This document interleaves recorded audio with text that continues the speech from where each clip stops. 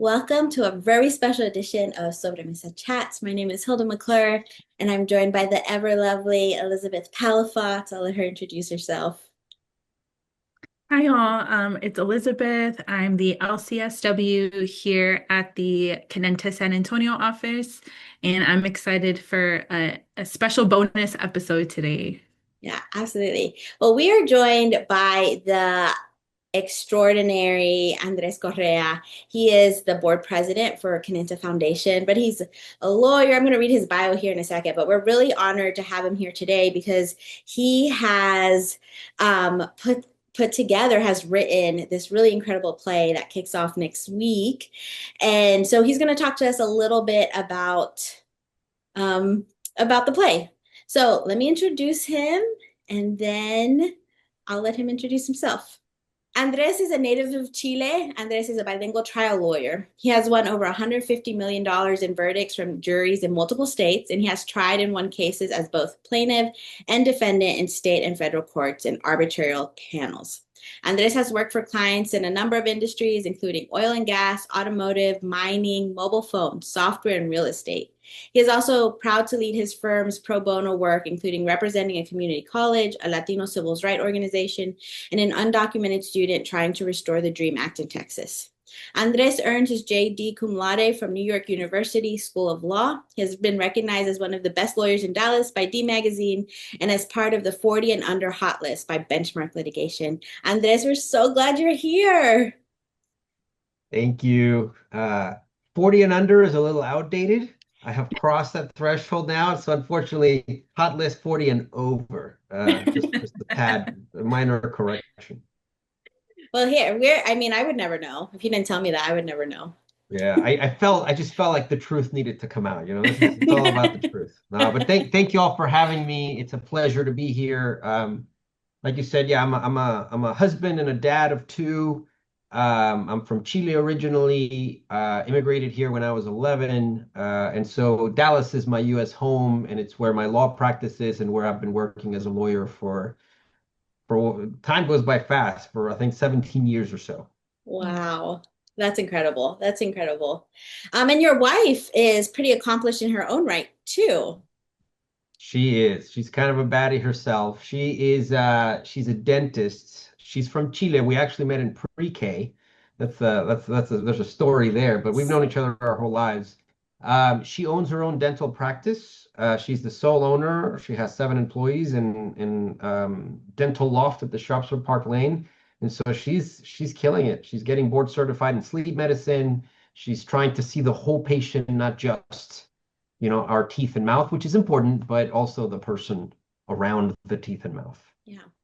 That's amazing. Our You guys are, couple. yeah, couple goals. You guys are couple goals. Yeah, I don't like again, we met in pre-K. So like we've always I feel like when we look at each other, none of this stuff really matters. We still see each other as just those Mhm. kids that met back in the day. That is so sweet. We just recorded a couple episodes about relationships and healthy relationships. And I think that it's so cool to hear about like a couple who's really learned how to grow with each other because you guys have known your whole life. And I think it's so important, right, to make space for one another to become what you're becoming without necessarily that like really hardcore structure of like you can only be this person, the person I met when I was 5, right? Like the person I knew you as 18. So I think that's really neat. Thank you. It's as anybody that's been married knows, it's a journey, right? And there's lots of ups and downs. And in fact, a lot of what we may end up talking about, the play and everything, comes from a down moment, comes from some challenges, personal challenges and marriage challenges. But I think I feel blessed to have been a part of something that was difficult, including in our relationship, but that I think, if you allow it to be, it can be a healing discovery exercise that ultimately benefits us both, if you let it, right? And if you just ride it out a little bit. Absolutely. And that I think rolls right into our first question. So tell us a little bit about your play, The Alien Hearing, and tell us like about the context in which it was born. Sure, sure. So I did theater like 20 years ago. That's the last time I ever did any theater. And since then, I've followed what you could call a very traditional. I'm a lawyer. I wear a suit. I go to work. I have my kids. I do some community stuff, and that's it. And so this is really a little bit out of the box for me.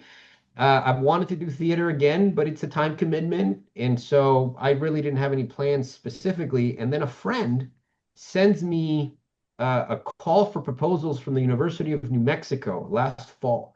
And they're looking for proposals for performance pieces, artistic pieces, panels that talk about the environment, Latino identity, solar punk, the social moment, activism. It's this really broad Latino conference, beautifully broad. And so I just see it, and I don't know, it was a Sunday, I remember, and I'm like, well, I feel like this is so broad, and I feel like I've gotten back in touch with more creative aspects of myself through music and things like that, so that I was kind of the right audience for that very broad proposal.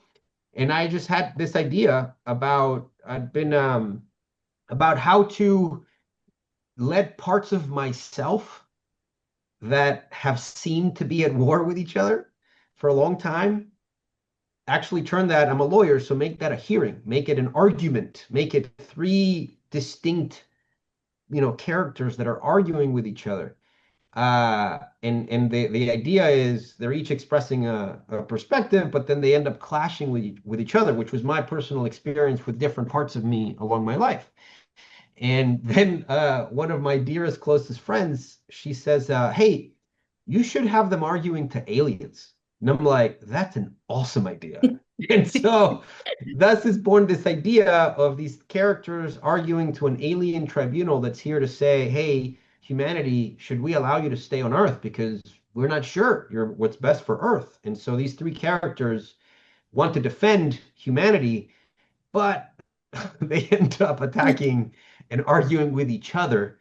And the play is really as you collapse, as you crumble, as these characters end up fighting with each other, how do you emerge from that? How can you find something even through that kind of turbulent clash?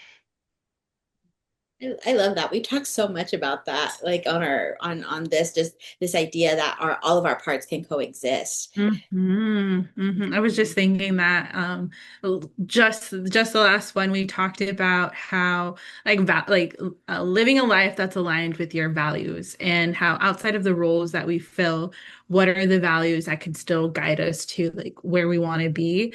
And we talked about this exercise of discovering capital S self. And part of that is who are you when you're creative, or who are you when you're connected with others? Who are you and who are you when you're courageous? And as you go through all of them, you realize that's you acting out of that capital S self, regardless of the role that you're playing, and how those parts can coexist and collaborate. So I think this is such an interesting idea that I think echoes a lot of that. I'm curious how you like infused parts of yourself in the characters, or does it feel more like autobiographical for you? I'm curious like how much of you specifically is in those characters. Well, it was there's a lot in those characters because it was for me a moment of, I am listening again to different parts of myself that I had either consciously or unconsciously buried. Because, hey, that's my teenage self. Hey, that's my unrealistic idealist that doesn't belong in this world. Hey, that's, different parts. And so I've started tapping into them. And so the first one and easiest one was obviously the lawyer.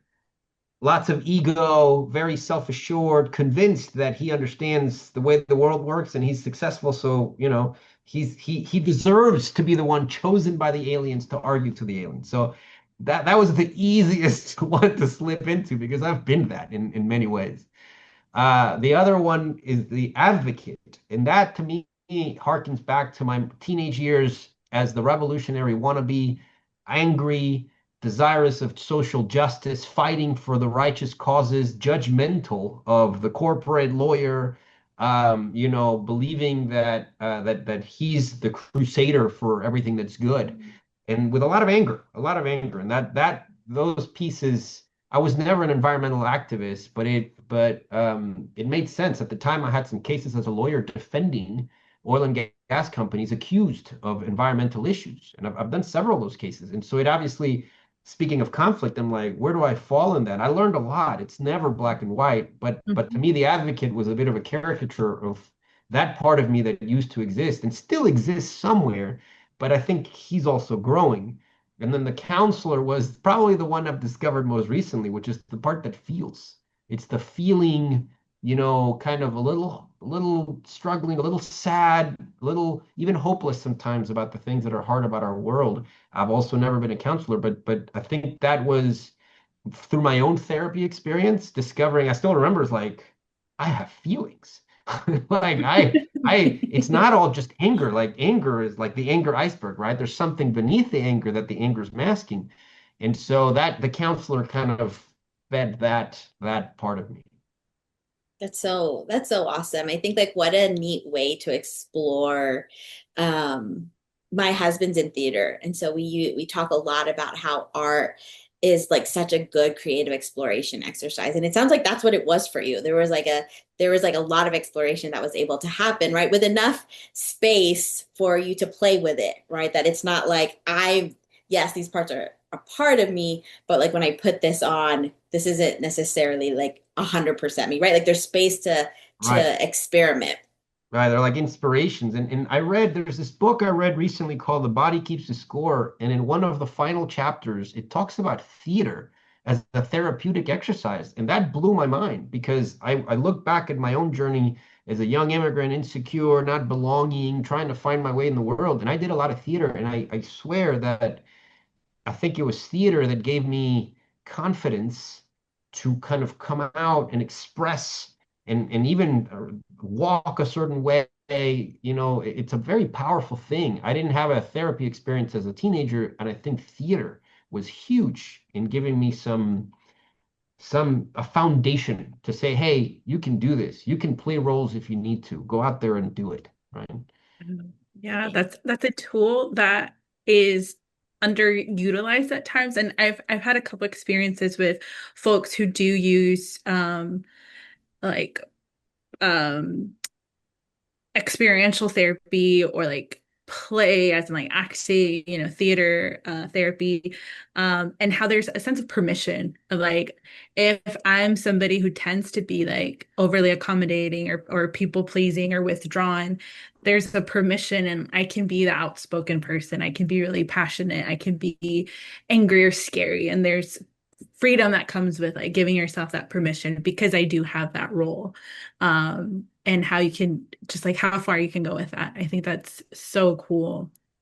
And I got there's to a tell you, I loved the characters gave the parts of me that, had spent buried, in my view, for a long time, permission to come out. And I love Mhm. that. It was just like, let the rebel out, let the sensitive feeler out, I really enjoyed that part. Yeah, yeah, that's incredible. I think like to that point, I think there's like such a freedom to be able to let a part out in such extreme. Right, because I think like we vilify like our parts a lot of time because we always think like, right, like I think about your rebel part, like I think about my own and like right, like as an adult, my fear always being like it's gonna be like if I let too much of it out, it's gonna be like this really extreme 16-year-old eyeliner, you know? And so when we can take it to that extreme, it like actually gives us freedom to maneuver it and to be like, oh, wait, maybe this isn't as bad as I thought. And also, I don't know that in my mind I would go to this extreme in real life. Mhm. Mhm.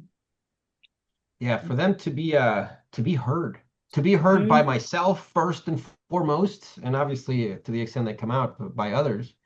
I feel like that's frankly like 9/10 of the job or the work for me has been just like recognize they're there, don't judge them, don't hate them. As a man, the sensitive part of me, I always shunned it as, oh, that's feminine, that's weak, that don't let that out. It's gonna, you need to be strong. And so anger is the only acceptable emotion.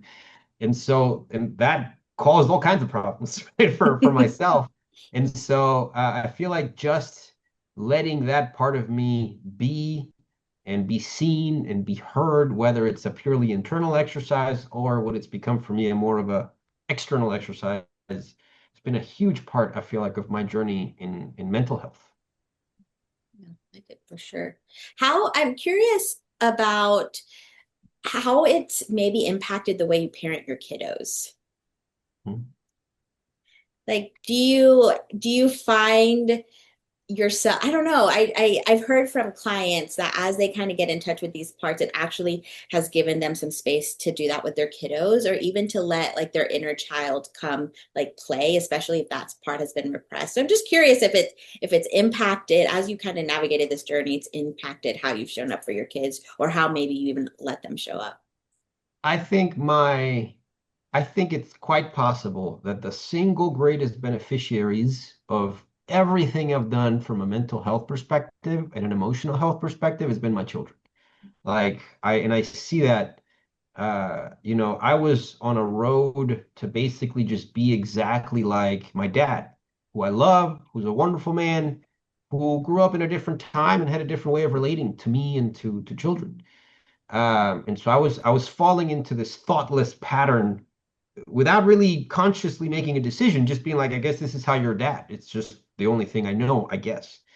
And so the more I've dived deeper into myself, the more I think space I have allowed for them to have, where it's not me bringing in whatever it is I carry, my own habits, my own anger, my own prejudices, and then putting that on them through outbursts of anger, through demands, through, lack of validating their feelings, right? I feel like all this work has meant that some of that, I mean, most of it's still there, but at least I see it. And I feel like it's dissipated or diluted it a little bit when I interact with my children, where I am now more purely, I think you said present, and two, just giving them space for them to just be whatever they are, Mm. without my baggage coming into the picture as much. It still does, but not as much. Yeah. The concept of creativity allows for you to be more conscious of things about yourself makes me think, I don't know if, and maybe we could talk about your creative process, but I don't know if you've heard of the artist's way, but it's like it's a workbook, but really it's like a mini retreat that you have with yourself. And every day there's a component of creativity. So you do your morning pages, which is like stream of consciousness, and then there's like an activity or a like creative expression you have to do every day. But people who've done it talk about how just life changing that is, and that there's no judgment when it comes to like, is my art good or bad, or is like this thing I'm creating good or bad? And it just made me think of like this, how creating a like putting together a performance like this, what that shows you about yourself, and vice versa. Like, how do you move through a creative process? So I was just curious about that. Like, what has your creative process look like for you? It has been life changing. And it's funny, when 5 years ago, not even that long ago, 5 years ago, if you'd have told me, hey, you should do a play or you should do some music, I'd have been like, what for? What a Mm, giant waste of time. mm, Like, how is that going to advance my career as a lawyer? How is it going to make me more money? How is it going to do anything? Like art, as much of it as I did back in the day, playing drums in bands and also doing theater, I feel like it just I came to this place where if it's not useful to a specific end, then why spend the time? And so I think that my first step with creativity and art was just engaging with it, and it came through drums, really going back to things that I used to love and I hadn't done in 20 years, just purely left brain lawyer approach back to drums, and just wow, this is nice. I enjoy this. This is feels good. It's liberating. And then creating music, same deal. Is like, oh, I'm going to create a song and maybe I'll be famous with this song. that's not the point. The point is to Mhm. create for the sake of creation, for the process. And so that allowed me to see that. And so slowly I started kind of getting rid of all those preconceived notions and just enjoying the process. And to answer your question, Elizabeth, I feel like sometimes it feels like there's just this need. It's just like there's something here, and it's like a way to let it come out. Maybe it's Mhm. something somebody says, maybe it's something somebody suggests, but it clicks something. And I feel like as I've become more aware of myself, I always say it felt like spring cleaning, like cleaning out the garage, therapy and all that stuff, like getting rid of all the junk. And so when the space is more open and cleaner, I feel like as things come up, something, ooh, I felt that. I felt something. I want to say something about that. I want to sing something about that. I want to write something about that. And from there, it takes on a life of its own. I did not set out to write a play.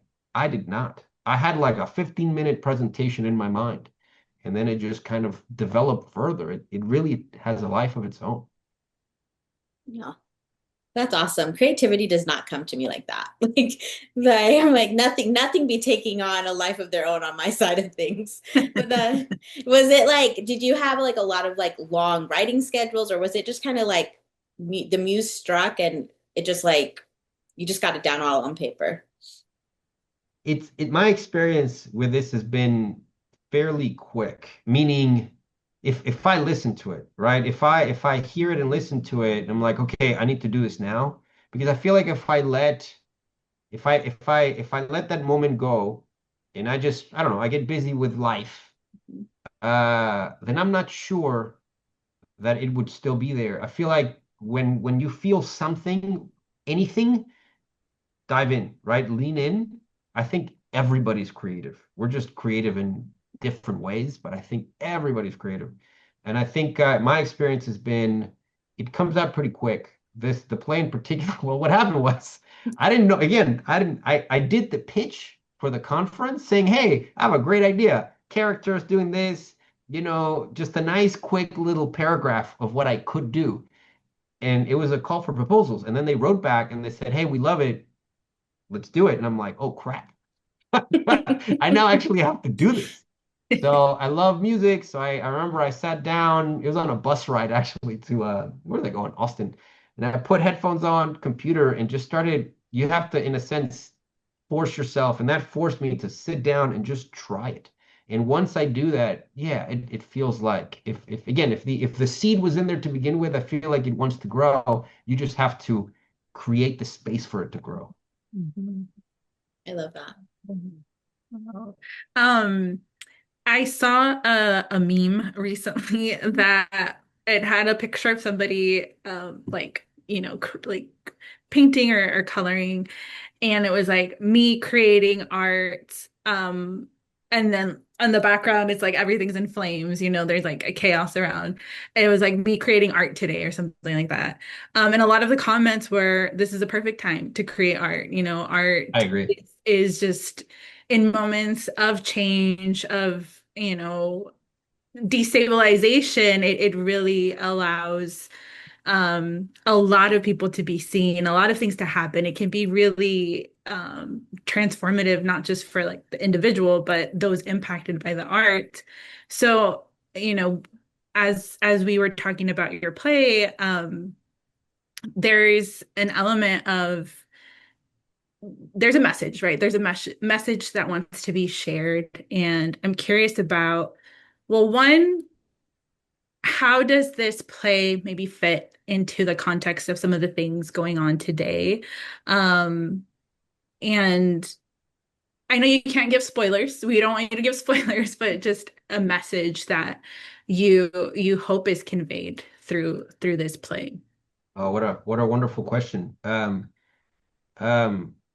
One of the characters, the counselor, says at one point, makes explicit reference to what's happening about immigrants coming to the US, coming from places where they've suffered violence, persecution, hate, bigotry, and finding more of that here.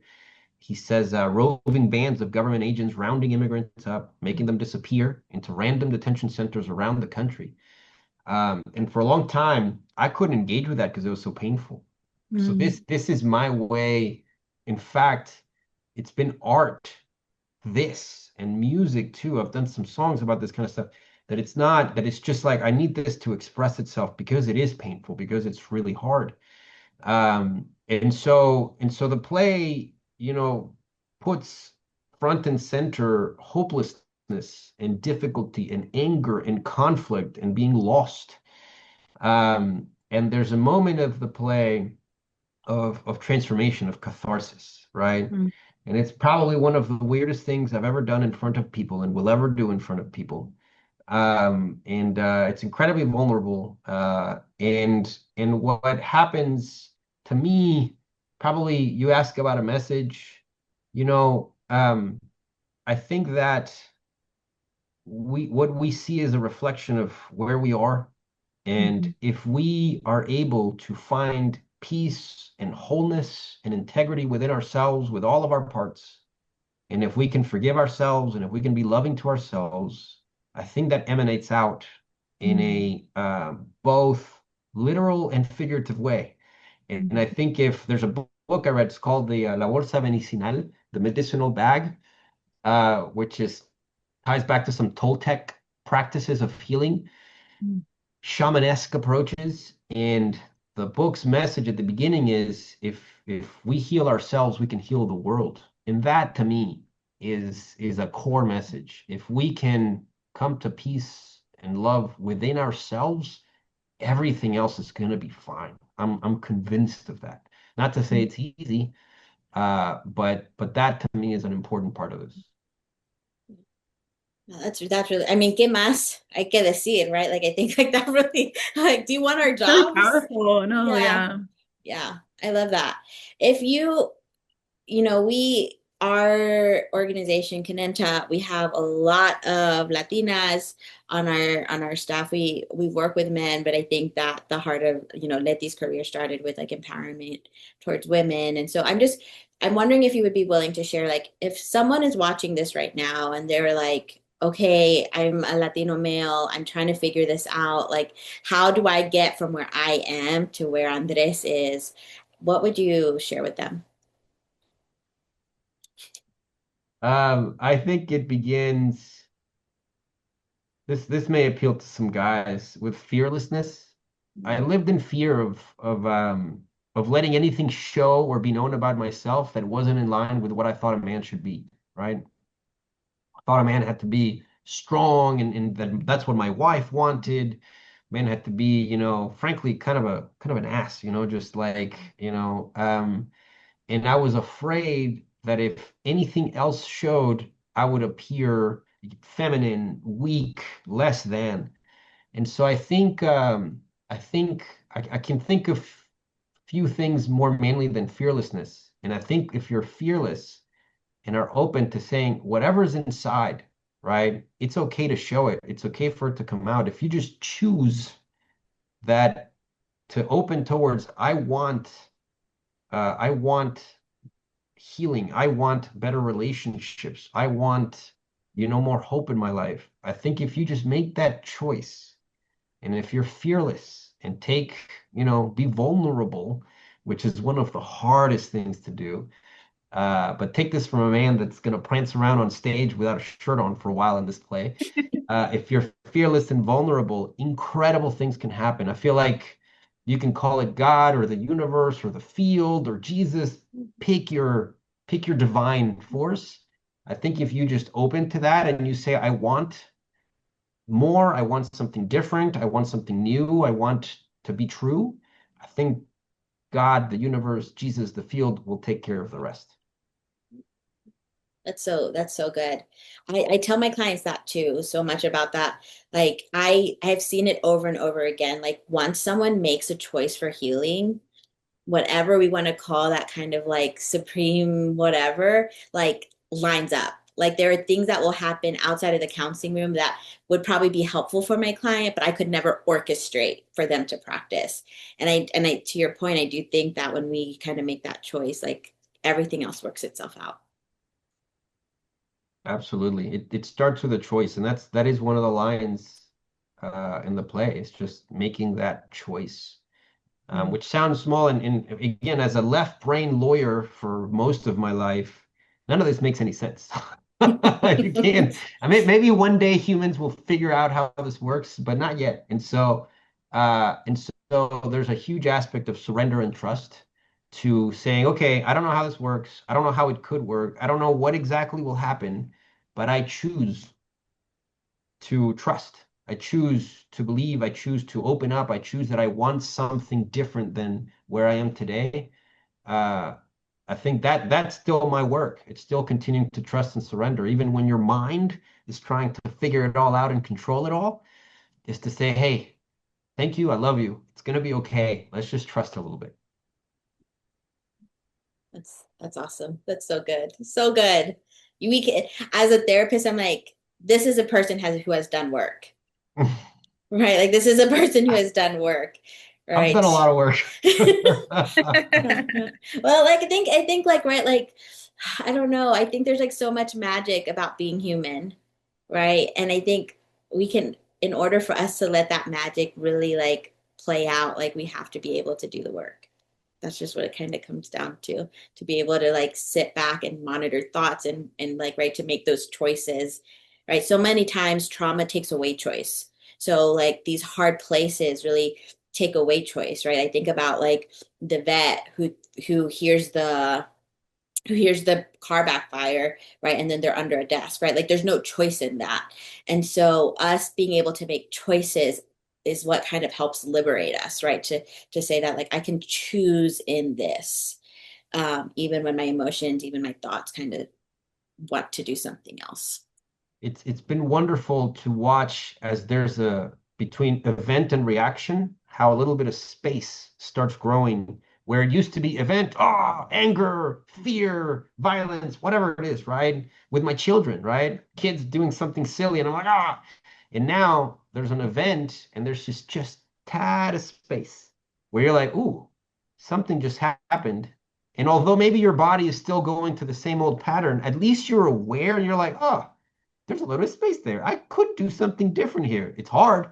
It may be really hard, but I could because I at least am aware that there's that option. Absolutely. Absolutely. Well, I Ella, just really the yeah, go setup ahead. of the I know it's like testimony, so it's there's that core element, but also the alien aspect, the sci-fi aspect as well. I think that's such a um expansive genre really, and there's movies I think of, like I don't know if you've ever seen Arrival, but that it talks about like forming those the misunderstanding that can happen, and then when you open yourself up to like connecting or forming connections. So it's just kind of a fun question, but do you have a favorite like alien movie or book or anything that you either drew inspiration from or that you just like?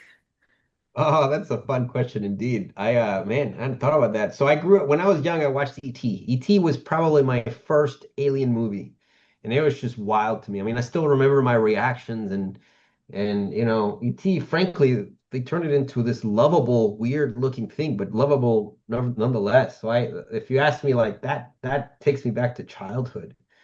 As an adult, it's funny. I've been watching this show called Resident Alien on Netflix, which is like Yes. a comedy. It's very silly, but I enjoy it. I laugh, it's kind of goofy. And in fact, some of the lettering inspired some of the because we had to come up with and I say we, I haven't done this alone. I have two dear friends who have been with me every part of the process, and we had to come up with a lettering for the tribunal. And I remember Mm. watching Resident Alien, and I'm pretty sure that inspired like how to write, how to create alien language and alien words. So, but you're right. It gives space, and this is another part of creativity, right? It's like just pretend whatever you want, right? Put yourself in a different context. Maybe that's an easier way for some of this stuff to come out. Right. Get out of your perceived world for a second. And I feel like aliens give us that chance, right? To Yeah. just explore what could be possible, even if we don't see it at the moment. Yeah. So good. So good. Well, we are coming up to the end of our time. We're going to play a clip from the play at the end of our podcast. But Andres, if someone wants to come and attend, can you tell us a little bit about what the play is supporting and how people can buy tickets? Absolutely. So the play is meant to create awareness for two organizations, Cannenta and also Somos, Tejas. Both are organizations that are at least in part dedicated to Latinos, Latinas in Texas. Somos, Tejas is all about civic consciousness and participation and engagement in our political process in our community. Cannenta obviously is about mental health in a culturally sensitive way. So the play, because it deals with the politics as they affect an immigrant, it deals with mental health of these immigrant identities. I thought it fit really well. And so the idea is we're going to have right after the show, the founders or the leaders of Somos, Tejas and Cannenta speak briefly about some of the themes in the play, about their work, and kind of have a brief conversation. Now, for somebody that wants to attend, this is on Thursday. There's only one showing. I remind everybody, I'm a lawyer. This is not what I do. So for now, this is just a single showing, and maybe someday we'll have more. But it's thehearingplay.com, thehearingplay.com, and that's where tickets are. It's at Dallas Children's Theater on Thursday, March 12th at 7:30. And look, if it goes well and people show up, then I'm sure we'll find ways to do it some more. It's just crazy enough that it's fun. That's awesome. That's awesome. Do you think we're going to see you even outside of your play? Do you think we're going to see you on the stage in other spaces? Going to take up I some have community no theater? idea. Back to that point about trusting and surrender. That's where I am. I have no idea. I'm not going to plan for any of that. I'm not in charge of that. I'm not in charge of that. I love that. I love that. Well, Andres, just like a really big thank you from me and Elizabeth and the Cannenta team for joining us today. If you are interested in purchasing tickets, check out the website, thehearingplay.com. Play.com. I think we also have a link on our website, cannentafoundation.org. And so stay tuned at the end of this episode to watch a clip. Thanks, guys. Thank you both. Intergalactic Tribunal, Planet Earth. Oh, holy shit! Oh, I'm sorry about my language, but holy shit! Freaking aliens! Oh, wow. You see, on Earth, I represent corporations. Some of the largest corporations on Earth. On Earth, I'm a counselor. I counsel people. I focus specifically on immigrants, on young immigrants. On Earth, I'm an advocate. I do advocacy, all right? I advocate for the environment. I think in an argument, it's helpful to begin the argument by stating the question. And if I understand it, the question is, should you kill us all? I don't know how you picked the people that are speaking to you today, but they're making me feel sorry for humanity already. I know I'm supposed to be talking to you today about humanity and why it deserves a chance on Earth, but I'm having a bit of a hard time with humanity myself. Don't listen to them, okay? Do not listen to them. The reason they sound the way they sound is because they're fake news. Who are you achieving for, man? What do you want, cause? It's hopeless, empty. It's pointless.